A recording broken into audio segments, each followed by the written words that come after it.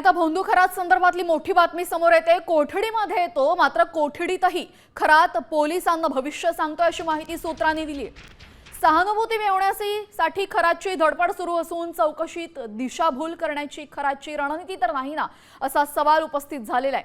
कायद्यासमोर कोणी मोठं नाही असा इशारा यावेळेस पोलिसांनी खरातला दिलाय।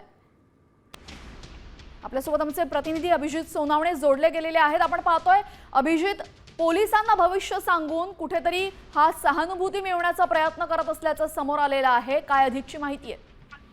नक्कीच जी सूत्रांची माहिती आहे त्यानुसार मागच्या 3 दिवसात अशोक खरातची जवळपास 20 तास एसआयटी कडून चौकशी करण्यात आलेली आहे आणि 24 तारखेपर्यंत खरातला कोर्टाने पोलीस कोठडी दिलेली आहे। त्यामुळे या चौकशीच्या वेळी आणि पोलीस कोठडीमध्ये देखील बंदोबस्तावर असलेल्या अधिकारी कर्मचाऱ्यांना त्यांचा जन्मतारीख सांगून त्यांचा भूतकाळ आणि भविष्याची अचूक माहिती सांगून सहानुभूती मिळवण्याचा प्रयत्न केल्याची माहिती जी ती सूत्रांनी दिलेली आहे। मात्र बंदोबस्तावर असलेल्या अधिकारी पोलिसांनी कायद्यापुढे कुणीही मोठा नसल्याचं सांगत पोलिसांचा खरातचा चांगलाच पाहुणचार केल्याचं देखील कळत आहे।